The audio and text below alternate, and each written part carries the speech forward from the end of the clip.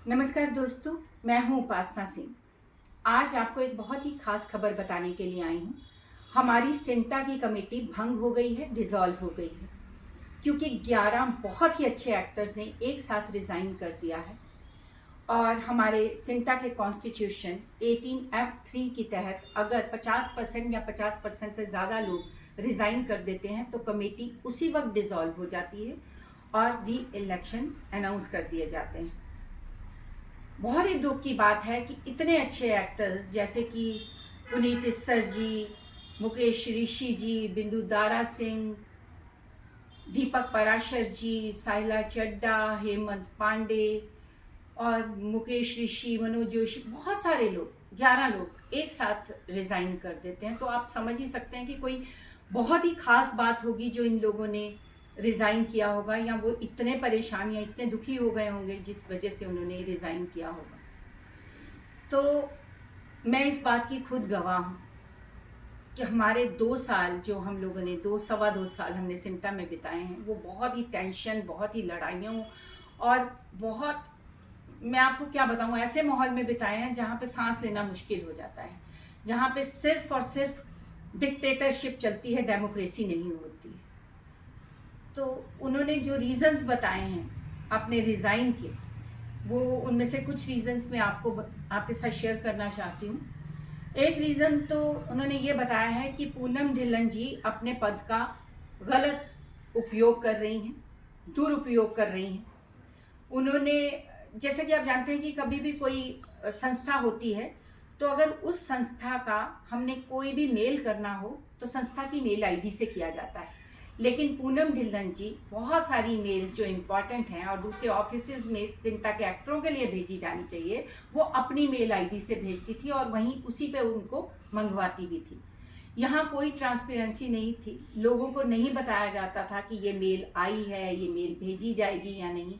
जबकि 21 मेंबर थे, लेकिन लोगों के साथ सलाह नहीं ली जाती थी। 2-3 लोग ही थे, उनके साथ 3-4, जैसे कि पद्मिनी जी या राशिद जी या सीपी ठाकुर या 1-2 और लोग, उनसे ही पूछा जाता था। बाकी जो मेंबर्स हैं उनको कई चीज़ों के बारे में पता ही नहीं होता था। यहाँ पे मीटिंग्स रखी जाती थी, ईसी मीटिंग्स जो सिंटा में होती हैं, और अगर पूनम जी या पद्मिनी जी को कोई बात उसमें से पसंद नहीं आती थी जिस पे कि दूसरे सारे मेंबर्स एग्री करते थे, उसके बाद वो एक स्पेशल ईसी मीटिंग बुलाती थी और उसमें जो चीज़ ईसी मीटिंग में पास हो गई हो उसके बारे में बात की जाती थी और अपने कुछ लोगों को बुलाकर अपनी पसंद के हिसाब से उसे पास करवा लिया जाता था। बहुत सारे लोगों के शो कॉज नोटिस भी उसमें पास किए गए और मैंने आज तक कभी किसी शो कॉज नोटिस पे साइन नहीं किया है, जिसके लिए मुझे बहुत टॉर्चर किया गया। मुझे पता नहीं कितना कुछ सुनना पड़ा है, मतलब मैं अभी इस वीडियो में उसको एक्सप्लेन नहीं करना चाहती, कभी टाइम मिलेगा तो आपको बताऊंगी। और सिर्फ मैंने ही नहीं, दीपक पराशर जी वहाँ रो के निकले हैं, साहिला चड्डा वहाँ से रो के निकली है, और एक एक्टर नहीं, इतनी ज़्यादा तकलीफ हमारे सब एक्टरों को दी गई है कि किसी तरह से ये लोग ना आए और हम लोग जो चाहें वो ही पास करवा लें। जो भी उनका यस मैन नहीं है उसको निकाल दिया जाता था। अभी हेमंत पांडे जी क्योंकि सही के साथ थे और वो उनकी गलत बात का विरोध करते थे, तो उनकी जगह पे उन्होंने कहा कि पेंटर जी रहेंगे। और हेमंत पांडे जी जो सीनियर जॉइंट सेक्रेटरी हैं, उनसे पूछा भी नहीं गया और एक मेल हेमंत पांडे जी को कर दी गई कि आज के बाद आपकी जगह जो है वो पेंटर जी को दी जाती है। और हेमंत पांडे जी ने वो मेल मुझे भेजा और मैं शॉक थी। और इसके बारे में जब बात हुई थी तो मैंने उन्हें कहा भी था कि आप ऐसा नहीं कर सकती, आप किसी की भी पोजीशन किसी को भी नहीं दे सकती जब तक आप हेमंत जी से ना पूछें। तो इन्होंने मुझे कहा था कि हम हेमंत जी से पूछेंगे। तो इस तरह से, और लोगों में ये लोग ये फैला रहे हैं कि हेमंत जी आते नहीं थे इसलिए हम ऐसा करते थे, जबकि हेमंत जी हर मीटिंग में तकरीबन आते थे और अगर नहीं भी आते थे तो वो जूम पे ज़रूर रहते थे। और इन्होंने लोगों में ये फैला दिया कि हेमंत जी आते नहीं इसलिए हम उनको, पेंटर जी को उनकी जगह पे रख रहे हैं। और ऐसा ही आपको पता होगा कि मैं रणबीर सिंह जी के फेवर में बोलने के लिए गई थी, तो वो काफ़ी जगह पे छप गया। और क्योंकि मैं सिंटा की जनरल सेक्रेटरी थी तो मेरा फ़र्ज़ बनता था कि मैं अपने मेंबर, चाहे वो रणबीर सिंह हो या कोई भी एक्टर होता, तो मैं उसके लिए जाती। और मैं फेडरेशन के जनरल काउंसिल की मेंबर भी हूँ, तो उनकी हर मीटिंग में अटेंड करती थी। तो मैंने ये विरोध किया था कि रणबीर सिंह के लिए जो आपने बोला है कि मैंने फेडरेशन को कहा कि आपने जो भी बोला है मैं उसके विरोध में हूँ। आप रणबीर सिंह जी के लिए ऐसा नहीं बोल सकते हैं कि उनको नॉन कॉपरेशन का जो आप लोगों ने एजेंडा चलाया। तो उन्होंने मेरी बात को मानते हुए, मैंने बहुत कॉल्स किए, तो उन्होंने कहा एक दिन कि आप आइए, आप हम प्रेस कॉन्फ्रेंस कर रहे हैं, आपके लिए खुशखबरी है। तो मैंने बोला कि आप पहले मुझे बताइए आप क्या मतलब वहाँ पे प्रेस में बोलने वाले हैं। तो उन्होंने कहा नहीं, आप आ जाइए उपासना जी, आपके लिए खुशखबरी। आप इतनी बार रणबीर सिंह के लिए फ़ोन कर चुकी हैं कि हमारे मेंबर के साथ ये नॉन कॉपरेशन वाला वर्ड ठीक नहीं है, आप ये निकालिए। तो उन्होंने बोला आपके लिए, तो मैंने बोला कि अगर आप रणबीर सिंह हमारे सिमटा मेंबर के लिए कुछ बोलेंगे तो मैं वहाँ पर बिल्कुल नहीं रहूँगी। और उन्होंने उस दिन मुझे वहाँ बताया, मैं एज जनरल काउंसिल की मेंबर वहाँ पे गई और उन्होंने मुझे बताया कि रणबीर सिंह पे जो भी हम लोगों ने लगाया था ये पाबंदी, उसे हम हटा रहे हैं।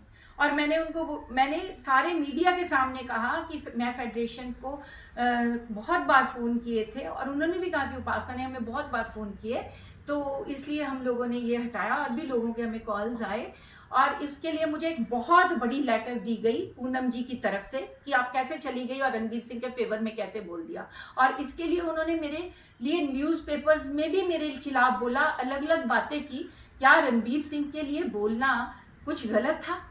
वो वहाँ पे जो पूनम जी चाहे बस, और यहाँ कुछ उनके लोग पद्मिनी जी चाहे, सिर्फ वो हो रहा है सिंटा में बहुत टाइम से।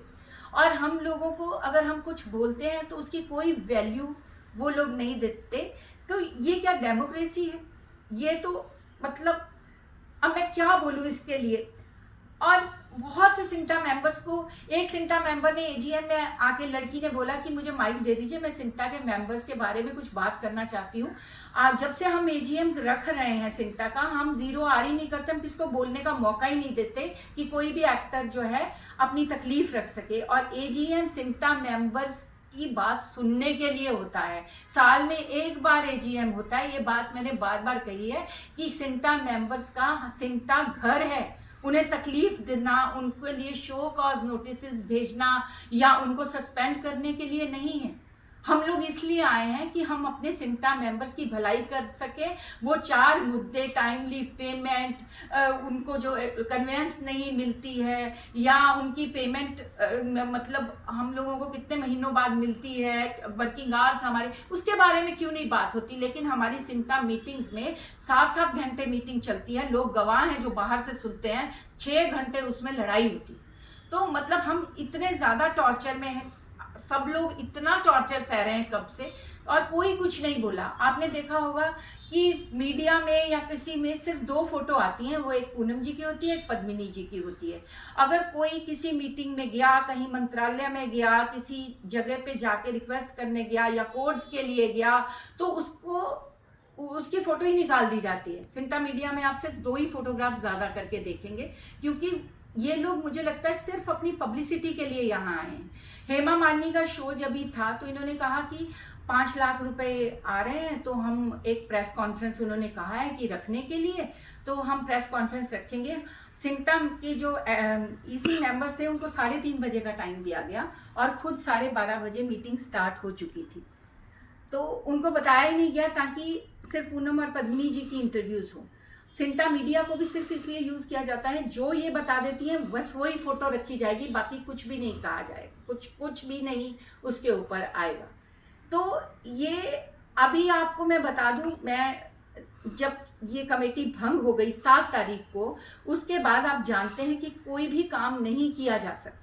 फिर भी इन्होंने कल ईसी मीटिंग बुलाई। मैंने इनको कहा भी कि अब हम किसी भी पदवी पे नहीं है, आप भी पूनम जी एक्स प्रेसिडेंट हैं, पद्मिनी जी आप भी, हम लोग किसी भी पदवी पे कोई नहीं है, तो हम ये इलीगल है, कॉन्स्टिट्यूशन के खिलाफ है। फिर भी वो मीटिंग हुई और उस मीटिंग में इन्होंने एजीएम का एक एजेंडा बनाया और उसको रात के कल 12 बजे इन्होंने डाला। और उसमें मजे की बात ये है कि जो जनरल सेक्रेटरी के नाम पे पद्मिनी कोल्हापुरी लिखा गया है। मैंने रिजाइन नहीं किया है अभी तक, फिर भी उन्होंने उसमें जनरल सेक्रेटरी जो लिखा है उसके नीचे पद्मिनी कोल्हापुरी जी का नाम है।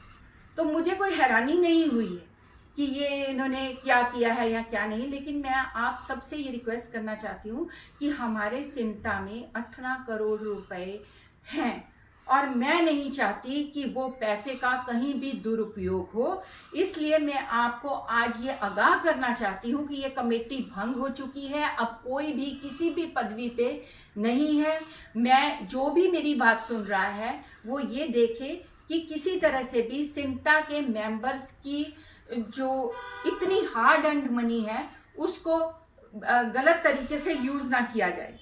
कहना चाहूंगी कि ये डेमोक्रेसी है, हमारे देश में डेमोक्रेसी है, हमारे कहा जाता है कि हमारी सिमटा में भी डेमोक्रेसी है, लेकिन वहाँ इस टाइम बिल्कुल भी डिक्टेटरशिप चल रही है। इसीलिए इन मेंबर्स ने रिजाइन किया है, कमेटी भंग हो चुकी है, अब कोई भी किसी भी पद पे नहीं है और सिमटा के मेंबर्स के हक को, उनके पैसे को बिल्कुल सेफ रखा जाए और उसके लिए कोई डिसीजन ना लिया जाए, कोई भी पैसा जो है बैंक से ना निकल पाए। बस मुझे यही कहना था और मैं लास्ट में यही कहूँगी कि आज तक मैं सिमटा मेंबर्स के लिए खड़ी रही हूँ, मैं रहूँ या ना रहूँ, हम लोग हमेशा सिमटा मेंबर्स की मदद के लिए खड़े रहेंगे। और बाकी बहुत सारी बातें कहने को और हैं, लेकिन अभी नहीं कह रही हूँ क्योंकि हर चीज़ का खुलासा मैं बाद में करूँगी। ये बहुत ज़रूरी था आपको बताना, सिमटा का कमेटी का डिसॉल्व होना। जय Hind, thank you so much.